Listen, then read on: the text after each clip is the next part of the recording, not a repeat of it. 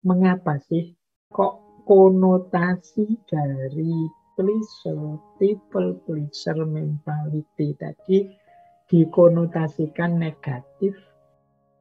Ya, yang pertama karena memang tidak otentik, kita sebagai manusia melupakan otentisitas diri kita. Nah, ini secara esensial begitu. Tapi secara fungsional efeknya antara lain yang jelas yang pertama lelah lahir dan batin. Hidup itu indah, tapi kalau hidup kita persembahkan untuk orang lain, kita gadaikan, kita berikan hanya demi orang lain saja, kita lupa diri kita sendiri, berarti kerja dan aktivitas kita dalam hidup hanya untuk orang lain, ya pastinya lelah, lahir dan batin. Jadi kalau teman-teman sering merasa lelah hari-hari ini, ayo introspeksi, jangan-jangan kita hidup bukan versi yang kita inginkan. Orang itu kalau hidup sesuai yang dia inginkan, sesuai versi yang ingin dia wujudkan, itu biasanya senang, tidak mudah lelah.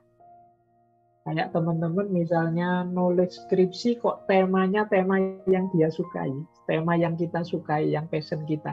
Itu kan senang, baca buku, dapat info baru, itu kan senang. Kadang-kadang melekan juga asik saja. Tapi begitu kita ambil tema yang kita tidak terlalu suka, kita tidak terlalu paham, itu baca buku sebentar saja sudah lelah. Nulis sebentar sudah capek. Baru buka laptop, nulis satu kalimat terus buka yang lain, googling lah apalah, karena kita tidak passionnya di situ. Nah, sama seperti people pleaser ini, orang yang fokusnya menggembirakan orang lain, jadi versi dirinya tidak otentik, akhirnya mudah lelah. Yang kedua, self-hatred. Benci pada dirinya sendiri.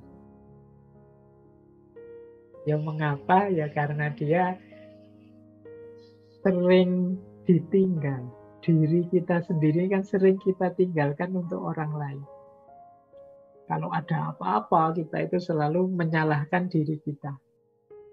Hasilnya pasti self-hatred.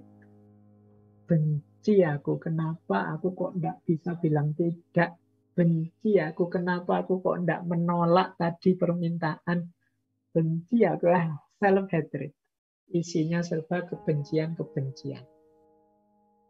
Ada kalanya nanti muncul mental merasa dimanfaatkan. Kayak aku ini alat saja untuk kesenangan orang lain. Mungkin kesadaran merasa dimanfaatkan ini bisa muncul lama-lama kalau kita gayanya people pleaser terus. Dan ini akan membuat kita lelah luar biasa. Ternyata aku ini hanya alat saja. Apa aku berhak bahagia? Apa kan kalimat-kalimat kalau teman-teman rodo stres, depresi itu kan biasanya kalimat-kalimat seperti itu. Kapan aku bahagia? Apa aku berhak bahagia? Apakah Tuhan lupa padaku? Ini kan kalimat-kalimat yang menunjukkan kita ini tidak hidup versi kita. Jangan-jangan kita ini hanya dimanfaatkan untuk orang lain.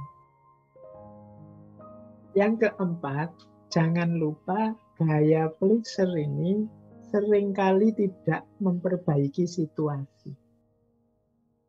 Kita yang hanya ingin menyenangkan orang saja, jangan dikira itu nanti hasilnya semuanya senang atau situasinya jadi lebih baik. Bisa jadi yang nomor 5 itu, yang lain akhirnya juga kecewa dengan kita karena kita tidak asli, kita hanya pura-pura.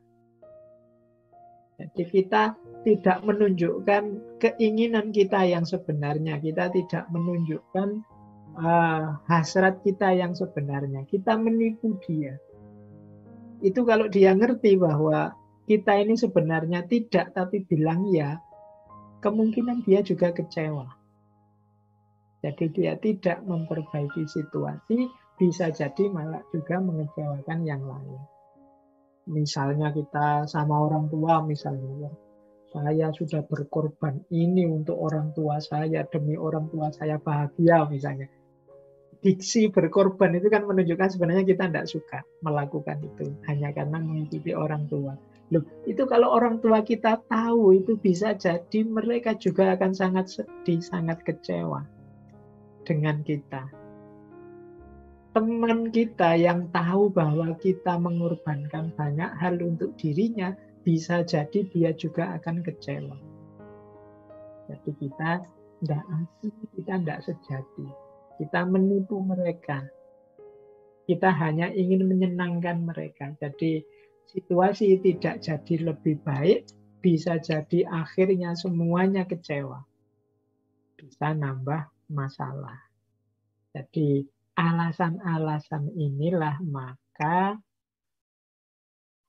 tadi pleasure itu sesuatu yang dikonotasikan sebagai negatif.